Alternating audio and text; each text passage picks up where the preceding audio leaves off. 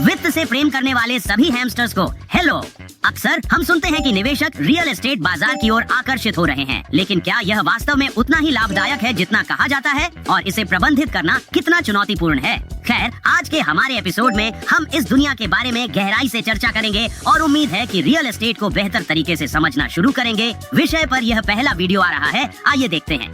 मैं $1,10,000 कमाता हूँ। मुझे लगता है कि मैं 33 साल की उम्र में काफी अच्छा कर रहा हूँ। हाँ, आप वास्तव में अच्छा कर रहे हैं। क्या आप और बेहतर कमाना चाहते हैं? उस 1,10,000 का कुछ हिस्सा लें, जैसे उसका 25% लें, अपनी पहली रेंटल प्रॉपर्टी खरीदें और अब आप दौड़ शुरू करने के लिए तैयार हैं। फिर उस पहली रेंटल प्रॉपर्टी से आप 1 साल बाद उसे रिफाइनेंस करेंगे, इक्विटी निकालेंगे और दूसरी खरीदेंगे। उस 1,10,000 से 25% और लें और बूम, पता है क्या, अब आपके पास 2 हैं और उस 1,10,000 पर आपको उन रेंटल प्रॉपर्टी से टैक्स डिडक्शंस मिलेंगी। आप उस $1,10,000 का अधिक हिस्सा अपने पास रखेंगे। वाह, यह उस तरह की सलाह है जो आपको एक रेंटल प्रॉपर्टी खरीदने के लिए प्रेरित करती है, क्योंकि यह सुनने में बहुत आसान लगता है, फिर भी यह बेहद कठिन होता है। वास्तव में अगर आप शेयर खरीदने जा रहे हैं या रियल एस्टेट खरीदने जा रहे हैं, तो पता है क्या, रियल एस्टेट के लिए आपको काम करना पड़ता है। जब आप अपनी पहली रियल एस्टेट प्रॉपर्टी खरीदते हैं तो आप एक व्यापार में होते हैं, चाहे आपके पास एक प्रॉपर्टी मैनेजर हो या न हो। इसलिए अगर आप रियल एस्टेट खरीदने जा रहे हैं तो समझ जाएं, आप एक व्यापार खरीद रहे हैं और आपको इसे एक व्यवसाय की तरह ही देखना होगा। पहले भाग ने मुझे प्रेरित किया और दूसरे ने मुझे वास्तविकता की ओर खींच लिया।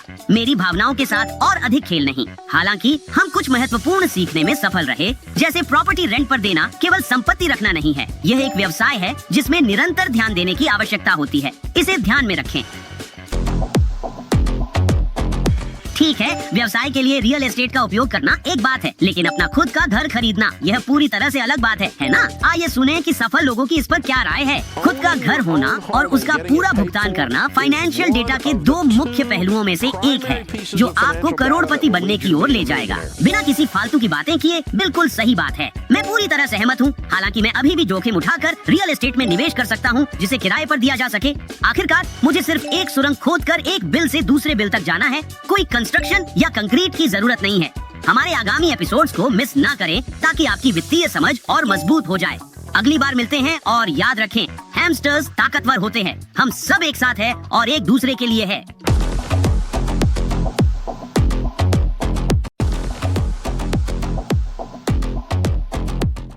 हेलो दोस्तों, कभी ऐसा महसूस होता है कि आपको बस तनख्वाह मिली है लेकिन आपके अकाउंट में पहले से ही छेद भरे हैं? तो अपने नोटबुक्स ले लीजिए, क्योंकि आज मैंने कुछ वीडियो चुने हैं उन खराब आदतों के बारे में जो हमें अनजाने में ज्यादा खर्च करने के लिए प्रेरित करती हैं। तैयार हैं? चलिए इसे शुरू करते हैं। आपने कौन सी अब तक की सबसे खराब खर्च करने की आदतें देखी हैं? आवाज और गाड़ियाँ। हमेशा आवाज पर वे अत्यधिक खर्च करते हैं, क्योंकि उनके धर्म में जो कि आवाज है, उनके पास दुनिया को देखने का एक बहुत ही सरल तरीका है। मुझे मालिकाना हक चाहिए, क्योंकि आवाज का दाम हमेशा बढ़ता है, इसलिए मैं मालिक हो जाऊंगा। यह इतना ही सरल है। उन्हें ब्याज, फैंटम लागत या कुछ और जानने की परवाह नहीं होती। दूसरा नंबर गाड़ियों का है। यह अजीब तरीकों से सामने आता है। जैसे ही उनके बच्चे होते हैं, वे सबसे पहले क्या करते हैं? वे कहते हैं, मुझे एक साथ सीटों वाली SUV खरीदनी है, क्योंकि मेरे पास एक बच्चा है। ये बहुत बड़ी गलती है। जब मैं ऐसे कपल्स को देखता हूँ जो इस तरह की बातों पर लड़ते हैं, मुझे विश्वास नहीं हो रहा है कि तुमने पेट्रोल पंप पर एनर्जी ड्रिंक्स पर इतना खर्च किया। मैं पहले से ही जानता हूँ कि यह कभी भी एनर्जी ड्रिंक्स के बारे में नहीं होता, बल्कि यह होता है कि वे अपने घर और गाड़ियों पर बहुत ज्यादा खर्च कर रहे हैं। कुछ भी नहीं बचा है। फिर भी वे यह नहीं जानते हैं, वे संबंध नहीं बना सकते हैं, इसलिए वे इस बात पर बहस करते हैं कि उन्होंने बाहर कितना खाया और स्टार्टर पर कितना खर्च किया। यह सच है कि ऐसे संबंधों को शुरू में देखना हमेशा आसान नहीं होता है।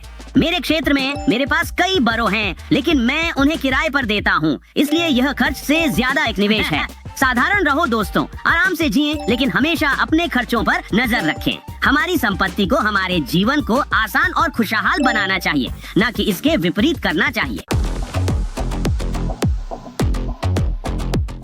और चूंकि हम खर्च के विषय पर बात कर रहे हैं, हम क्रेडिट कार्ड को नजरअंदाज नहीं कर सकते।